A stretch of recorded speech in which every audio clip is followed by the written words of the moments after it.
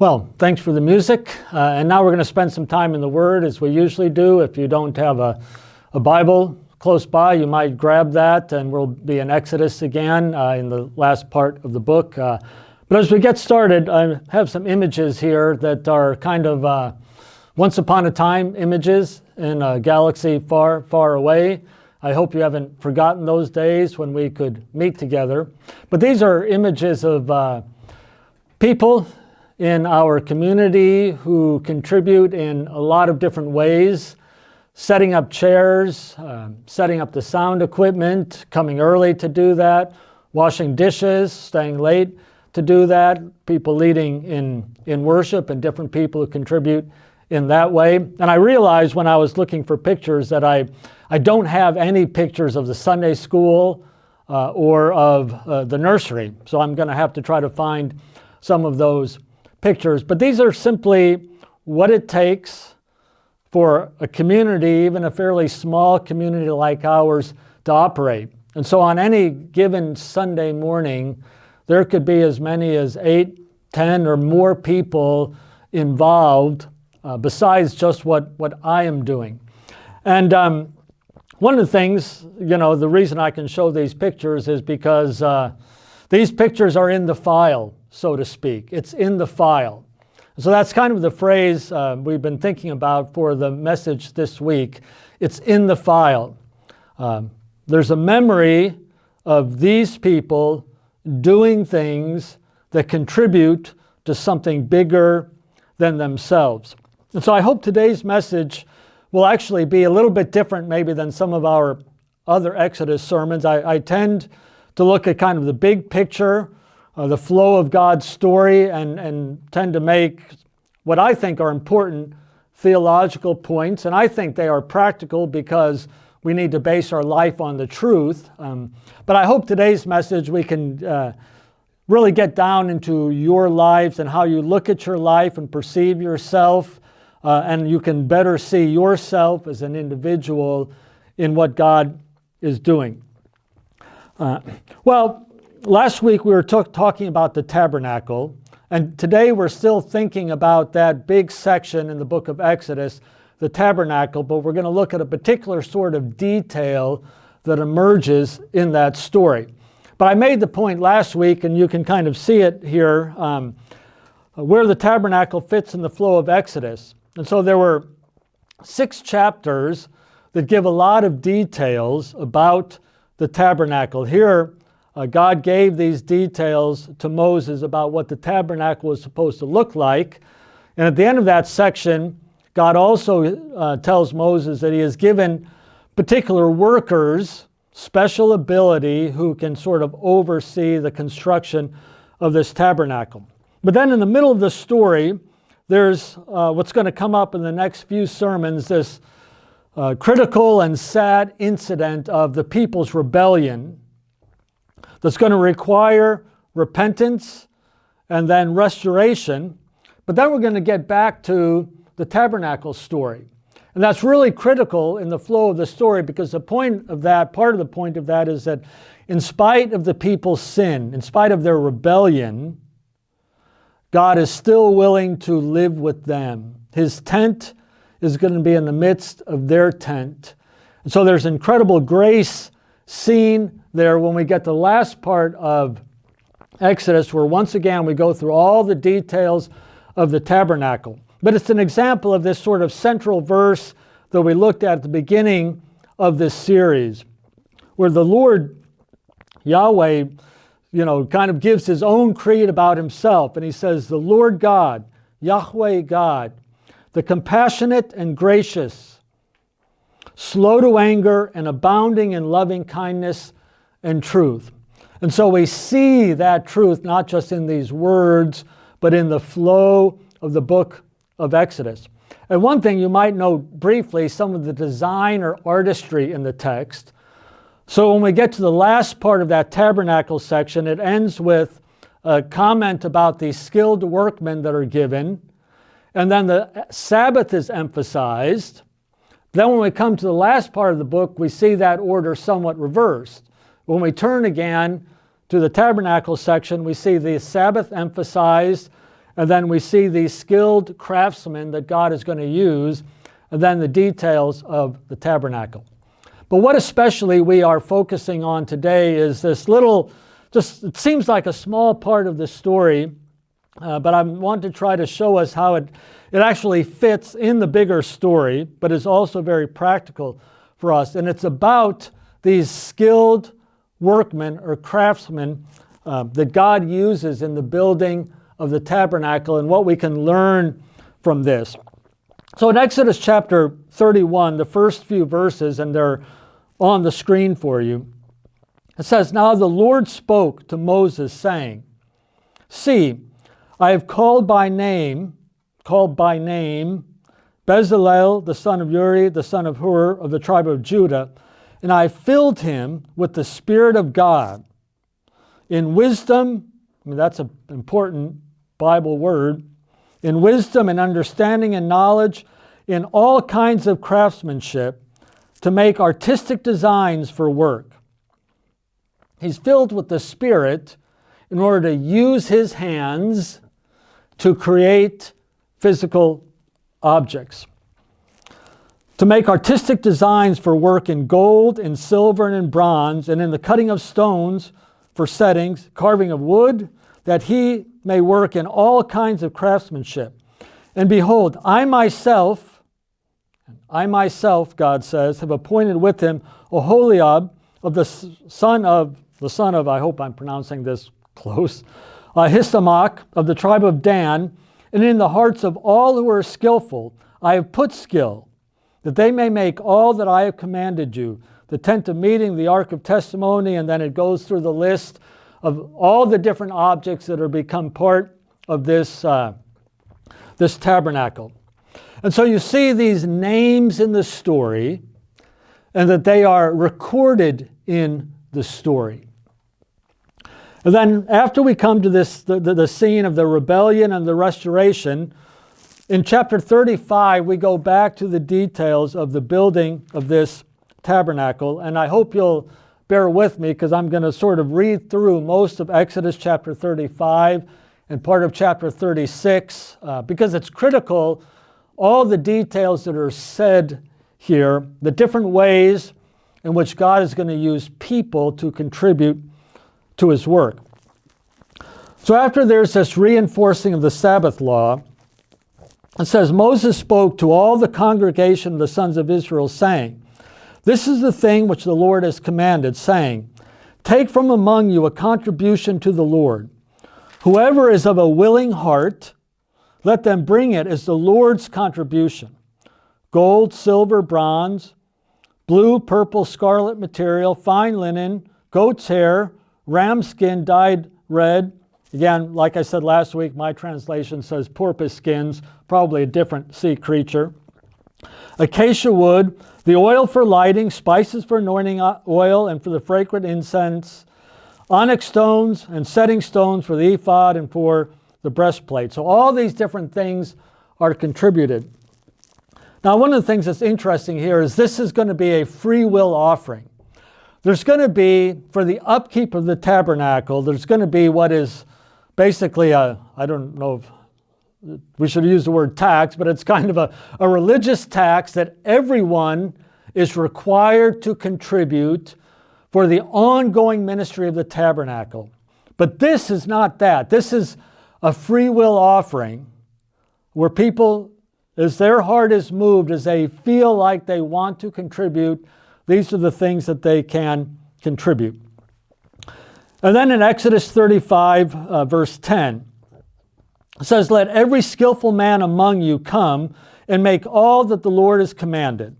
The tabernacle, the tent, and once again, there's this repeated list of all the objects in this tabernacle that need to be made, and then the clothing for the priests, the oil, and all of that is going to be part of God's tent living with his people.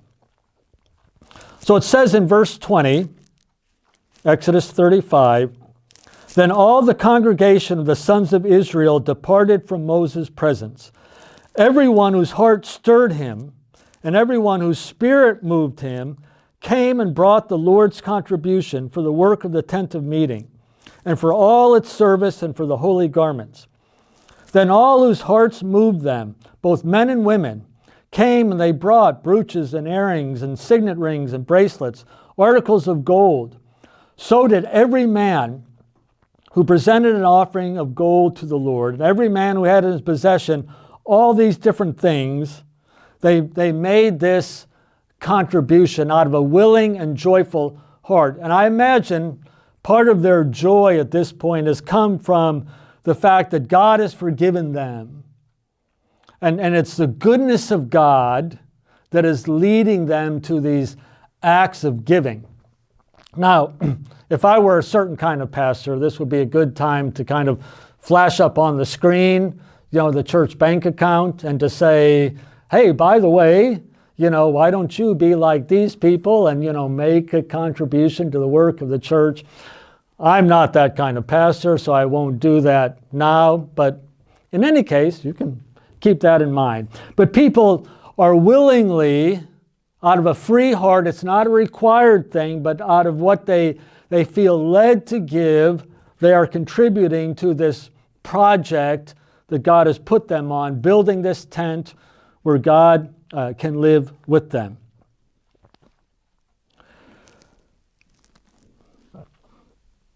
So everyone who could make a contribution of silver or bronze brought the Lord's contribution. Every man who had this acacia wood could bring it. And all the skilled women spun with their hands. So women were involved in this as well, and brought what they had spun in blue and purple, scarlet material of fine linen. All the women whose heart stirred with the skill spun goat's hair, and rulers brought the precious stones. So there were obviously some people who were more wealthy among the people even then, and they had these precious stones, and so they could contribute that to what God was doing. So the Israelites, all the men and women whose heart moved them to bring material for all the work which the Lord had commanded through Moses to be done, brought a free will offering to the Lord.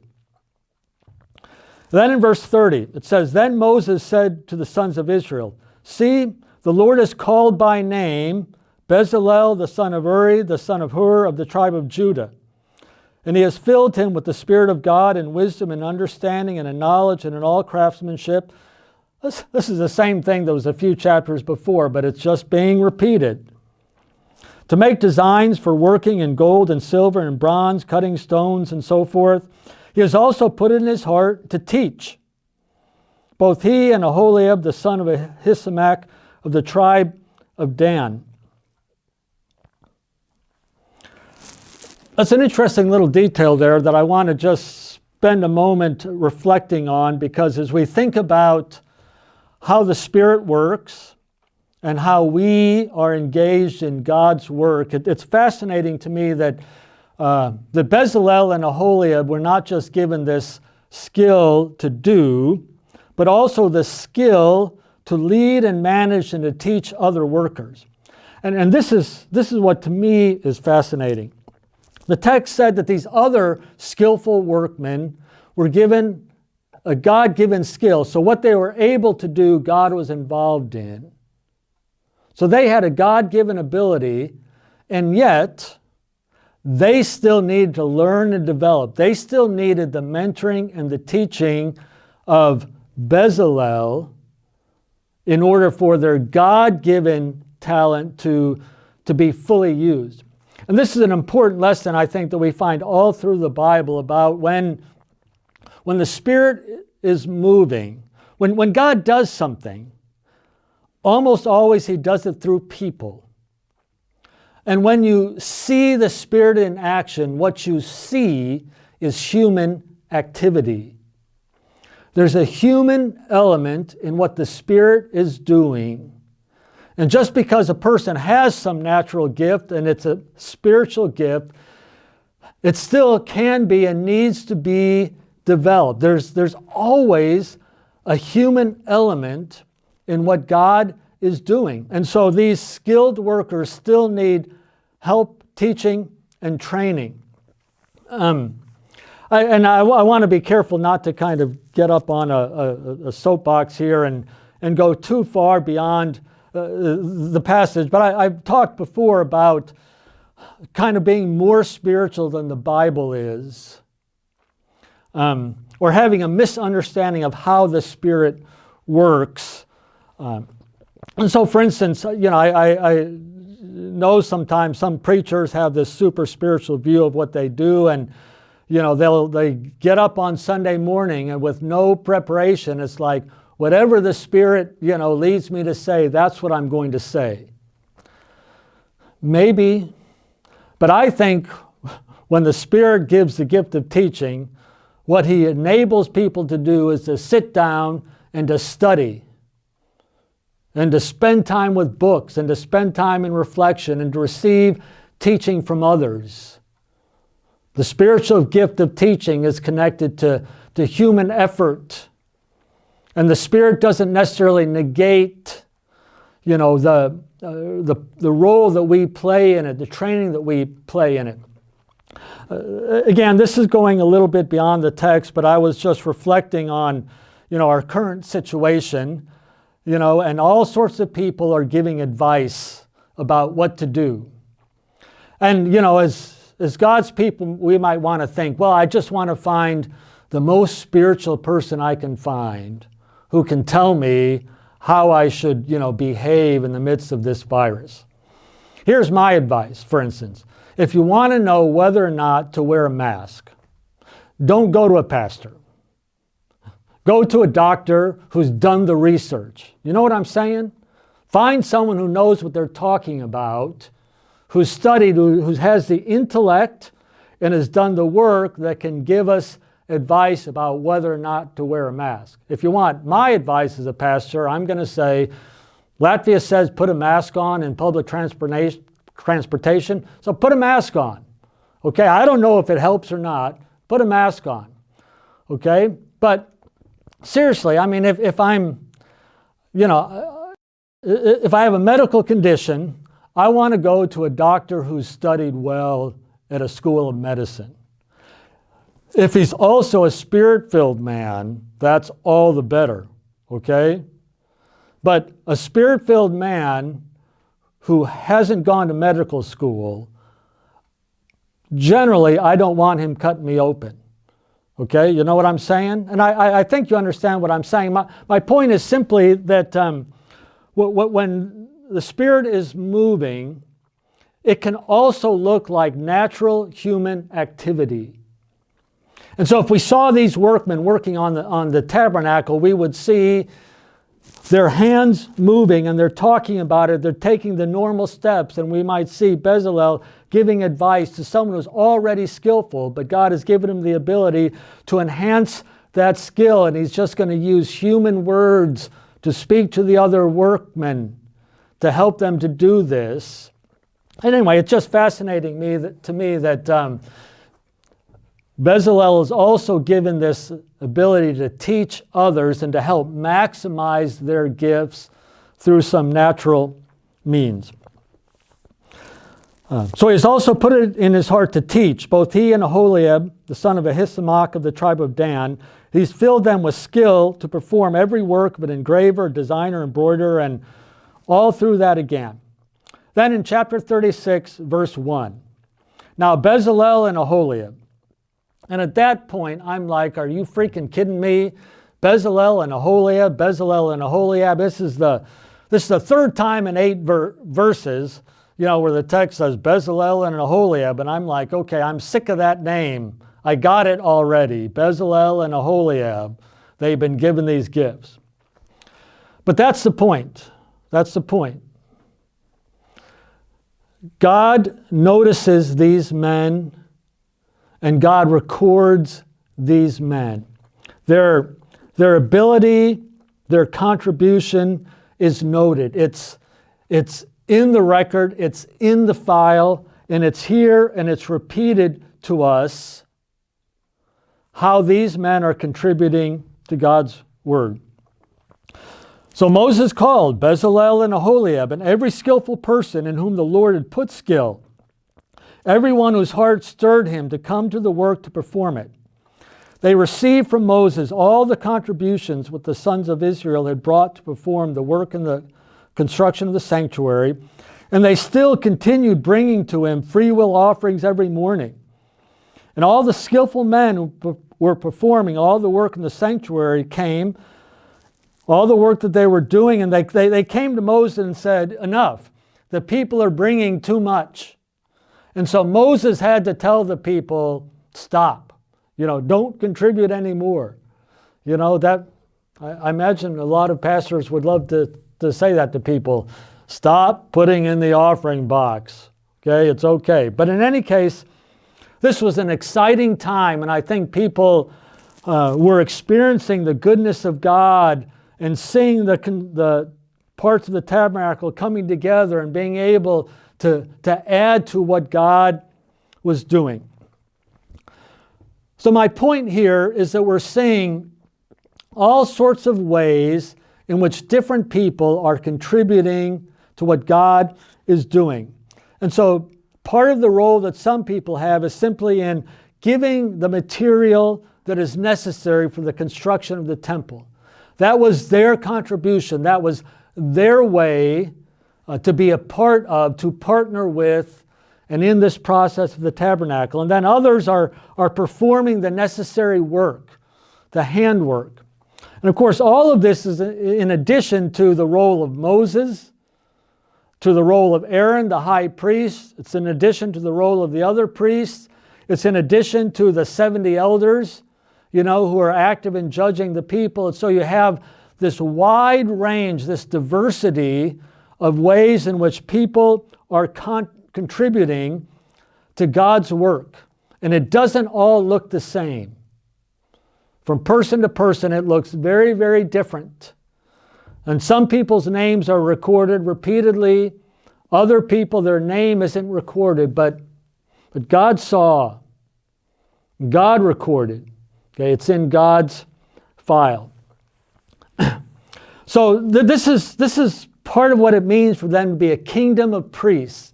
This is how they are representing God in the world, by all the people having a role to play in what God is doing in the world. And this point that I'm making about these gifts and the diversity of these gifts isn't just sort of a side point, but it's actually a recurring theme that we can see actually in the book of Exodus, in the other books of Moses, and throughout the entire New Testament. So for instance, here's these two names.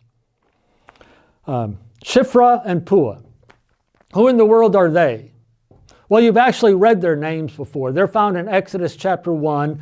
These are the midwives who kind of had their quiet rebellion against Pharaoh and refused to kill the male children. But they're their names. They were noticed. They were recorded. They're in God's file, and God chose to make that file public, a matter of public record, these two women. Then there's a couple other names here, Yabal, Yubal, and Tubal-Cain. And they're not in the book of Exodus. They're actually found in the book of Genesis. But it's an interesting detail that almost comes out of nowhere. And in Genesis chapter 4, it's the story that if you grew up in Sunday school, you know the story of Cain and Abel. They both brought offerings, but Cain's offering wasn't acceptable, so he killed his brother Abel. And so Cain was punished and was sent out. But nevertheless, the Bible records the descendants of Cain. And so one of the descendants of Cain is a guy named Lamech. And Lamech himself is a big jerk, actually. There's other words I could use to describe him that are probably not Sunday morning words, so I won't use them in this sermon. But he was quite the jerk, as you can see if you read Genesis chapter 4. But in the midst of talking about Lamech, these three names are mentioned as people who had a particular contribution. So it says Lamech took to himself two wives. The name of one was Adah, and the name of the other Zillah. Adah gave birth to Yabal. He was the father of those who dwell in tents and have livestock. So he was the guy who apparently sort of developed the art and the early science of keeping animals and livestock. And so he was the father of that, developer of that. And then his brother's name was Ubal, and he was the father of all those who play the lyre and the pipe. So he developed music. As for Zillah, she gave birth to Tubal-Cain, the forger of all implements of bronze and iron. And so the Bible records these three people who weren't even kind of the godly descendants of Adam and Eve, but God used them to develop parts of culture that are good things. So we see in the story there's different activities, very different, but God notices and God records. It's all in the file, what people do. And so the question for us then is, how does this relate to our story? And so this, I just want to try to bring this down to earth and make this a little bit practical to us. So I think one of the ways in which this reality is helpful, that God uses a variety of people with a variety of different gifts, all of which are God-given but look very different, not all of which look very religious. But one reason is this, is that there's understanding how God uses people, and the variety of ways in which God uses people helps us to avoid a danger, and that's the danger of comparison. And I think it's a dead certainty that all of us right now, whether me speaking or you who are, staring at your computer screen, all of us have struggled with comparing ourselves to others and wondering if we measure up, looking badly upon ourselves, or being jealous of someone else. And this is a danger to avoid, and it actually comes up with these characters we're looking at. If you remember the story in Exodus, Moses is the youngest of several siblings. He's got an older sister, Miriam. She was the one who kind of watched when the baby Moses was put in the Nile River. His brother Aaron is the high priest. He's a couple years older. And in the book of Numbers, there's an interesting story, Numbers chapter 12, where for whatever reason, Miriam and Aaron become jealous of Moses. And, if any of you are the youngest sibling, like I am, it might be that we always, felt that our older siblings looked down on us and didn't want to respect or acknowledge us. And so Miriam and Aaron are struggling with maybe their younger brother being the leader. And so some things happen that in any case, they begin to grumble against Moses. And is he the only one who has the Spirit of God? Don't we have the Spirit of God as well? Well, God sees that. And he says, Moses, bring Miriam and Aaron and come to the tent of meeting. I've got something to say to them. And God rebukes Aaron and Miriam for speaking against Moses, because Moses had a God-given role. And it wasn't that Moses was necessarily a better person than they were. That's not the point. The point is, Moses had a role. And Miriam and Aaron didn't acknowledge that, and they grew jealous. They compared themselves to Moses and grew jealous, and it makes God angry. And God actually inflicts Miriam with a skin disease, visible. And so Moses has to intercede for Miriam, and God heals her. But because of the skin disease, she has to be outside the camp for 7 days. And so for 7 days, no one can move. So this is a very public shaming of Miriam for her jealousy and grumbling against Moses. In the course of that discussion, God says, or the narrator actually says about Moses, that he was humble above all people on the earth. What does that mean? Well, in the previous chapter, there's another interesting story where we see the heart of Moses, that he understands how God works. And he understands his own role, that he's not proud about it. Once again, there was grumbling in the people, this kind of complicated relationship that God has with the people and Moses has with the people. And they're grumbling, and Moses complains to God. And so God says, take the 70 elders and bring them to the tent of meeting. And what I'm going to do, God says, is I'm going to take some of your spirit and I'm going to put it on these other leaders, these 70 elders, so they can help you to lead. And so that happens. And briefly, these 70 elders have this gift of prophecy. They speak in a way in which it's clear that they've had the spiritual experience. They only have that experience this one time, but it's a sign of the Spirit. Well, I said 70. Actually, there were 68 elders because 2 of them were still in the camp. But they also had the Spirit come upon them. They also prophesied. So someone in the camp goes running out to Moses and says, hey, Moses, there's 2 guys in the camp that they're also doing this weird thing, prophesying in the camp. And Joshua, Moses' assistant, who's kind of jealous on behalf of Moses, he says, Moses, stop them. And Moses says, no, I wish that all God's people had the Spirit to be a part of this process. And the point of that is that we need to be very careful about making judgment about our own contribution and other people's contribution. And what people do isn't necessarily because they're more spiritual than you are, or they're more gifted in some other way, or that they're smarter than you are. My particular role is no sign of spirituality.